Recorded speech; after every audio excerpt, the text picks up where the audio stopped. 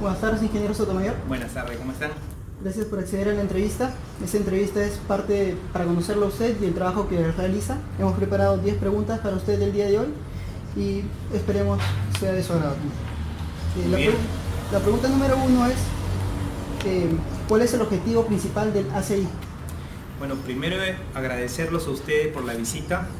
Creo que es muy importante comentarles que el ACI, el Instituto Americano del Concreto, es una institución sin fines de lucro que a nivel mundial, con sede en los Estados Unidos, difunde mucho el conocimiento sobre la tecnología del concreto y sus ramas afines para la industria de la construcción. El ACI como institución lleva ya más de 115 años fomentando las buenas prácticas constructivas a través del conocimiento y la optimización de todos los procesos de la cadena de suministro de concreto y procesos constructivos a través de una serie de técnicas y métodos ligados al conocimiento. Y es muy importante que en el Perú, a través de la Universidad San Ignacio de Loyola, continuemos también ese camino para poder consolidar la universidad como justamente la especialidad en la rama de materiales como una de las mejores del país. ¿Cómo es que el ACI le afectó o le ayudó en su vida profesional?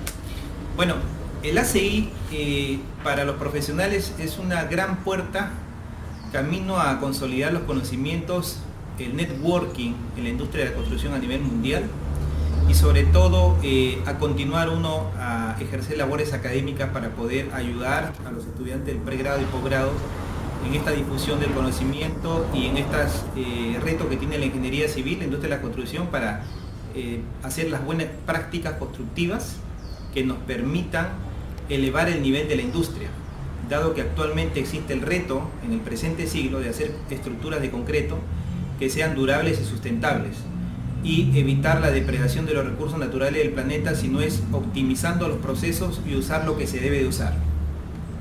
Usted, como asesor, ¿qué busca fomentar en los miembros del ACI? Bueno, eso es una muy buena pregunta porque el rol que tiene cada asesor del Instituto Americano del Concreto hacia las universidades, primero es crear y consolidar en el tiempo la cultura de la difusión del conocimiento. Porque, como te comentaba hace un rato, el Instituto Americano del Concreto es una institución que trabaja muchísimo durante el año en diferentes partes del mundo y a través de los capítulos de estudiantes también, en cuanto a difundir, valga la redundancia, todo lo que es la ciencia de materiales del concreto y sus ramas afines, la gama de productos cementicios que usamos en la industria de la construcción. ¿Por qué es importante dominar esta ciencia? Teniendo en cuenta que en la industria hasta el 70% de los materiales que se emplean para construir proviene del concreto. Para ser más específico, proviene del cemento. Nosotros llamamos productos cementicios la gama de morteros, concreto, grout, chocret, rellenos fluidos, entre otros. Y todos tienen un común denominador, que es primero conocer la ciencia de los materiales, cómo podemos concebir un buen diseño de mezcla que pueda ser, que tenga las características de trabajabilidad y estabilidad a la vez para que el constructor pueda emplearlo sin problema alguno en la construcción de algún elemento estructural o no estructural y por ende cumplir con el objetivo frente a la responsabilidad que tiene con un propietario. La Universidad San Ignacio de Loyola recientemente abrió el capítulo del ACI, nuestro capítulo estudiantil, y quisiera preguntarle cuáles son sus metas para este capítulo que empieza a crecer. Bueno, este año con el equipo ACI nos hemos planteado establecer un ciclo de conferencias en el periodo semestral, primer ciclo, con el objetivo de poder hacer factible que todos los estudiantes de la San Ignacio puedan asistir de manera masiva y tomar parte de los conocimientos de los materiales, aprovechar la sinergia que tenemos con el ACI Estados Unidos para que ellos puedan inscribirse de manera gratuita y ser miembros ACI Internacional, fomentar el desarrollo de nuevos proyectos de investigación. Es muy importante porque el país actualmente tiene un reto muy grande que es la innovación, que es trabajar más en la investigación, sobre todo en las universidades e instituciones académicas, y por ende ahí tenemos que trabajar mucho. A través del capítulo estamos considerando hacerlo ello, al igual que la difusión del conocimiento, como lo he reiterado en otras en las otras preguntas, y principalmente ser un ente que el alumno pueda identificarse como parte del mismo para poder recibir el soporte técnico y poder recibir la asesoría de cuáles son las etapas previas en la formación del pregrado que conlleve a que el profesional, digamos, tenga mayor probabilidad de éxito cuando tenga que trabajar en la industria de construcción, conociendo las buenas prácticas del oficio del concreto. ¿Qué grandes beneficios obtuvo usted por ser miembro del ACI? Bueno, yo ya tengo aproximadamente 12 años acompañando al Instituto Americano del Concreto de Estados Unidos. La verdad, alguna vez un colega me dijo, mira, en el tiempo el ACI es una institución que nos permite o nos otorga grandes beneficios. Yo creo que no se equivocó. Yo hace 3 años ya vengo integrando 2 comités de norma. Hace 3 uno y recién un año el segundo, es el comité ACI 309, que es sobre consolidación del concreto. Y hace un año específicamente el concreto autocompactado o autoconsolidado, que es el comité ACI 237, y de los cuales debo dar fe que en Estados Unidos hay un equipo que trabaja muchísimo para poder optimizar los procesos y el contenido técnico científico de las normas, con el único afán de hacer la transferencia a la industria a través de los reglamentos locales, reglamentos nacionales de construcción, y un poco ir optimizando el tema de las especificaciones técnicas, de las buenas prácticas constructivas que hemos discutido, que hemos comentado. Tengan en cuenta que el ACI tiene más de 200 capítulos internacionales. Yo pertenezco a 2. Tengo el honor como peruano, ser el segundo peruano de estar participando en 2 comités. Y por lo tanto, como te decía en un principio, doy fe de que se trabaja muchísimo para poder cada vez tener un documento técnico mucho más acorde a las realidades de las regiones. No solamente es Estados Unidos, interviene gente de todas partes del mundo y cada uno aporta lo que en condiciones climatológicas, en retos ingenieriles en función a la calidad de la mano de obra, en retos en cuanto a las condiciones en general del proyecto, demanda la industria. Todo ello tiene que ser parte de la sinergia y de la retroalimentación para optimizar el contenido del código, el cual hoy en día, como lo decía también, se está centrando bastante en trabajar en aspectos de durabilidad y sustentabilidad. ¿Por qué? Por una sencilla razón. Lo único que es constante, como siempre digo, es el cambio, y eso ocurre también en la industria. El cambio conlleva a que cada vez seamos mucho más precisos en diseñar los elementos en cuanto a las prácticas que vamos a planear para construir diferentes tipos de estructuras como represas, canales, aeropuertos, puertos, ferrocarriles, líneas de tren, líneas de metro. Dado los presupuestos que muchas veces se asignan a estas estructuras, dado el reto ingenieril al frente que tenemos para poder superar dificultades como trabajar en infraestructura, debajo del nivel de terreno natural, trabajar al costado de unas condiciones, digamos, no favorables para el ingeniero civil en cuanto a clima, en cuanto a, digamos, contar con cotas de niveles de agua muy altos, presiones sobre el terreno, ya sea cuando estamos trabajando en túneles, y diferentes retos ingenieriles. Todo ello conlleva a que cada vez perfeccionemos nuestro conocimiento y adquiramos un mayor expertise para lograr el éxito, ¿no? Dentro de su vida profesional, ¿cuál ha sido el reto más grande que le ha tocado asumir? Bueno, en lo profesional, yo creo que hay 2 que podemos compartir. Recuerdo hace 7 años cuando se me encargó trabajar en el proyecto de la planta de licuefacción de gas en Chincha. Teníamos que participar en un proyecto internacional para suministrar concreto a un cliente de Estados Unidos, y básicamente había que construir los tanques criogénicos con concretos especiales. Son concretos masivos, vaciábamos un fuerte volumen por día para construir más o menos unas cimentaciones circulares del orden de 20.000 o 22.000 metros cúbicos, si mal no recuerdo. Todo un reto ingenieril porque ahí se diseñó el concreto desde el punto de vista de control del gradiente de temperatura inicial, adicionándose hielo, enfriándose un poco los materiales. Posteriormente se controló el concreto por ser un mass concrete, un concreto masivo.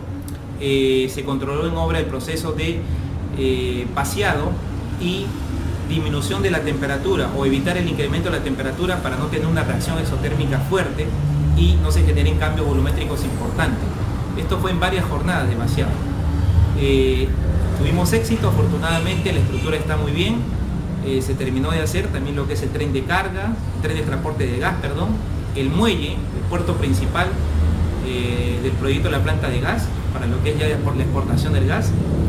Y básicamente el reto estuvo en que fabricamos más de 150.000 metros cúbicos de concreto y pudimos controlar en casi su totalidad todas las operaciones que involucran a la fabricación, suministro, entrega y descarga del concreto hacia el interior de los elementos encofrados.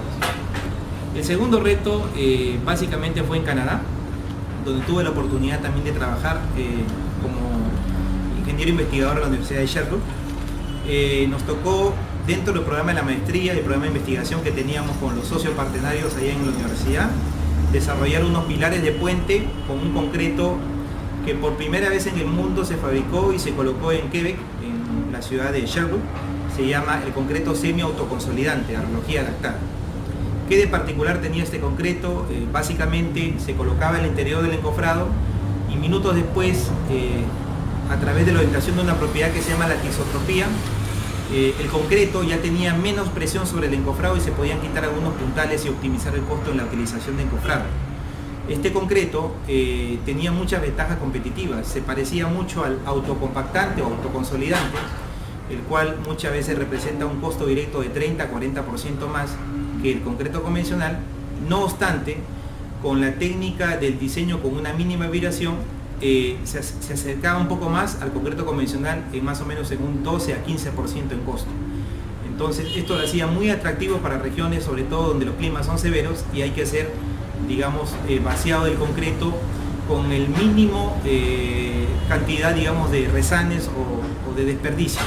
En este caso no tuvimos ningún tipo de resane, la estructura quedó prácticamente con un acabado caravista y el reto básicamente estuvo en todo el proceso de la concepción del diseño del laboratorio de investigación de la Universidad de Sherbrooke y posteriormente colocarlo ya en la estructura, porque algo interesante es que en Norteamérica una buena práctica es que el estudiante de maestría y doctorado no solamente desarrolle o innove un producto o un proceso nuevo para la industria de la construcción, sino que también sea capaz de llevarlo a la práctica a través de un proyecto de ingeniería civil.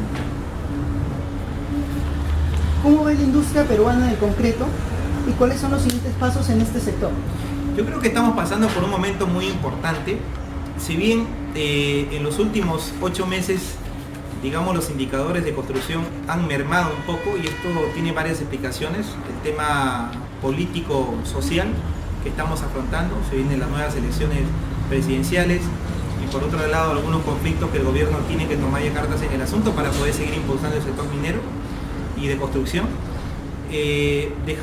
Haciendo esa acotación, yo creo que hay un escenario muy bueno para el Perú en los próximos 10 años. Yo soy de las personas que mira al Perú con mucho optimismo. Estando en Canadá, viviendo 3 años allá, regresé a mi país justamente porque se ve que en los próximos 20 años, en líneas generales, deberíamos estar ya haciendo las grandes líneas de metro, las grandes líneas de tren, ampliando los aeropuertos del país, construyendo cientos de infraestructuras que están todavía en pendientes, puentes de gran envergaduras, haciendo pavimentos de concreto, uniendo las redes principales del país, entre otros aspectos como por ejemplo la construcción de más de 2 millones de viviendas que tiene pendiente el país. Por lo tanto, tenemos un escenario optimista, pienso yo. No podemos asumir un rol pesimista, ni mucho menos el optimista, valga la redundancia, sino vamos a un carácter, digamos, de escenario intermedio. Yo pienso que el país no debería tener problema para que en los próximos 10 años estemos cercanos a ser un país del primer mundo, y gracias a la industria de la construcción, en todo el dinamismo que debe representar en este periodo que viene, ¿no? La siguiente pregunta es viendo un poco más la realidad de las universidades. Hace unos meses salió un estudio donde se verifica que la mayoría de las universidades no produce investigación. ¿Qué cree usted que falta para fomentar la investigación en las universidades? Varias cosas. Primero, las autoridades de la universidad tienen que convencerse que es el único camino viable y sostenible para los estudiantes futuros profesionales, quienes tienen el reto también de aportar su contribución para sacar adelante el país. Es a través de la investigación que muchos países del primer mundo crecieron desde hace 30 años. Yo debo reconocer como docente de la UCIT que desde hace un poco más de un año las autoridades de la Facultad de Ingeniería Civil han mostrado su absoluta predisposición para emprender ese camino y en los próximos 10 años consolidarse como una de las mejores universidades en Sudamérica en el rubro de materiales. ¿Cómo? Bajo 3 lineamientos. Primero, que tenemos ya algunos laboratorios, tanto de hidráulica, suelos, geotecnia y construcción y concreto, los cuales están siendo ya equipados. Se han construido las nuevas instalaciones de laboratorio en el campus de Pachacamac. Eso habla mucho de del buen planeamiento y de la visión que tienen las autoridades, lo cual felicito y saludo. La segunda parte, que ya no depende mucho de las universidades, sino de los socios estratégicos, son las empresas privadas quienes tienen que apoyar a las universidades para poder hacer investigación. ¿Qué es lo que sucede? Te cuento un poco en Norteamérica. Haciendo mi pasantía en la universidad en la maestría, pude darme cuenta que las únicas instituciones que investigan y se le delega un presupuesto importante para que puedan contratar inclusive a los estudiantes de maestría y doctorado, contratarlos y asignarle un salario a la universidad y el estudiante se vea beneficiado, son las universidades canadienses y algunas americanas de Estados Unidos.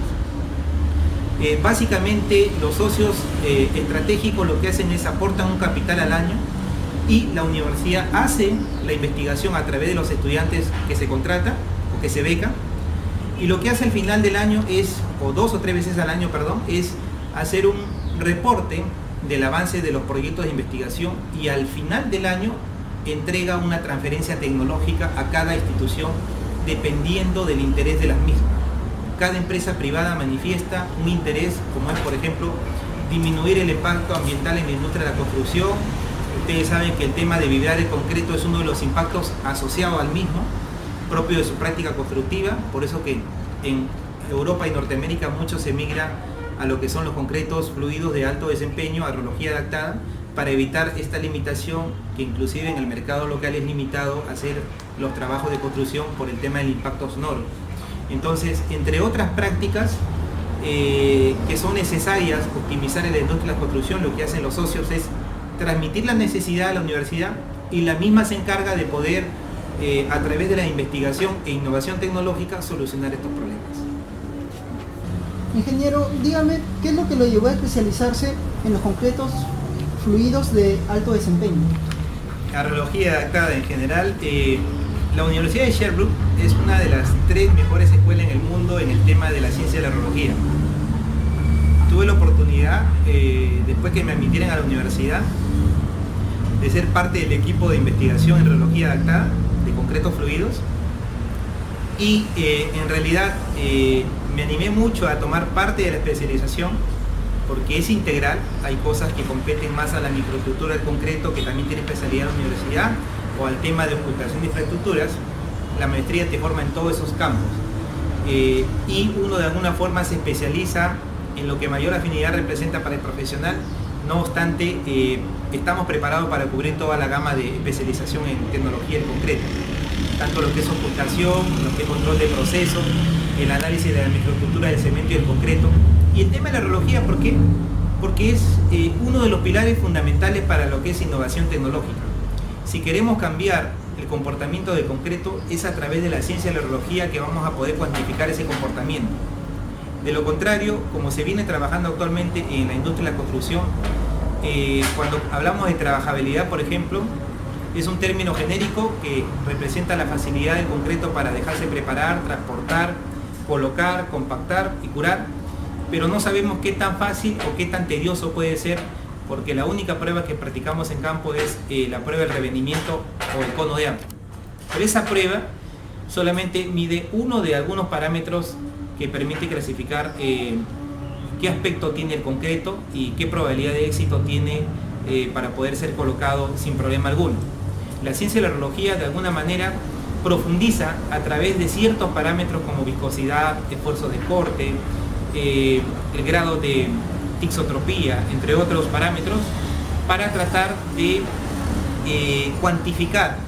Por ejemplo, si una mezcla es fluida, tiene que ser estable, es decir, no puede segregarse, no puede generar exudación o sangrado. Y en muchos de los proyectos de ingeniería que tenemos, inclusive aquí en Lima, existe ese reto, que no es menor, dado que cuando fabrica concreto el premezclador o cuando se fabrica en el site, no se tiene la precisión que estamos dentro de rangos, digamos, aceptables, si no es a través de la inspección visual. Valga la redundancia, dicha inspección es muy limitada y por ello quizás en esa cadena productiva las cosas se hacen un poco ya más de manera correctiva. Se prepara el concreto y si no está en unas condiciones óptimas de fluidez y equilibrio, hay que intentar llevarlo a ello con la incertidumbre de la prueba y error cuántas veces tenga que hacerlo. En el caso de la ciencia de la radiología, nuevamente lo que hacemos es fijamos algunos parámetros de viscosidad, de esfuerzo de corte e intentamos llevarlo a ese rango al concreto y controlarlo. También sirve para poder controlar la calidad del concreto en el tiempo y también para optimizar el empleo de los materiales de acuerdo a si cambiamos de cantera o de bancos de explotación de material, entre otros aspectos de aplicación en obra. Sé que usted ha sido miembro de 2 comités y quisiera que me comente cuál ha sido su experiencia dentro de estos 2 comités. Bueno, la experiencia es muy buena porque, como le decía anteriormente, gente de todas partes del mundo interactuando, tratando de cada vez enriquecer más el código de una manera simple y práctica, ordenando el contenido, incluyendo nuevas prácticas a través del conocimiento que se viene consolidando en los proyectos de investigación en Norteamérica o en Europa o en Asia, en Sudamérica también. Se van optimizando las buenas prácticas. Yo te cito un ejemplo, el concreto que mencionaba hace un rato de los semi-autoconsolidantes. Hoy en día se está incluyendo en el 309, estamos haciendo un Tech Note, que es un documento técnico, donde se habla de por qué la necesidad de migrar a este tipo de concreto, cuáles son los retos ingenieriles que tenemos. Y lo segundo, en el Comité 237, que son de concretos fluidos autoconsolidantes, tenemos ahí un equipo también arduo de más de 90 personas que lo que hacen es cada vez se trata de optimizar los ensayos e indicar cuáles son los mismos, lo más adecuado para poder clasificar, caracterizar mejor a la mezcla de concreto. Recuerden que el país, uno de los retos que tenemos es hacer construcciones simples y rápidas, pero sin dejar de lado el tema de la calidad y la durabilidad y sustentabilidad. Estos concretos se alinean perfectamente a esa línea de retos ingenieriles que tenemos. Por ello el comité tiene todo un equipo de trabajo donde lo que se hace es un poco ir tomando la experiencia de diferentes regiones y ajustar obviamente los parámetros técnicos, las especificaciones, las guías de diseños y de qué manera se debe desarrollar el proceso constructivo para poder trabajarlo en campo. Muchas gracias por su tiempo, ingeniero. Ha sido todo por hoy.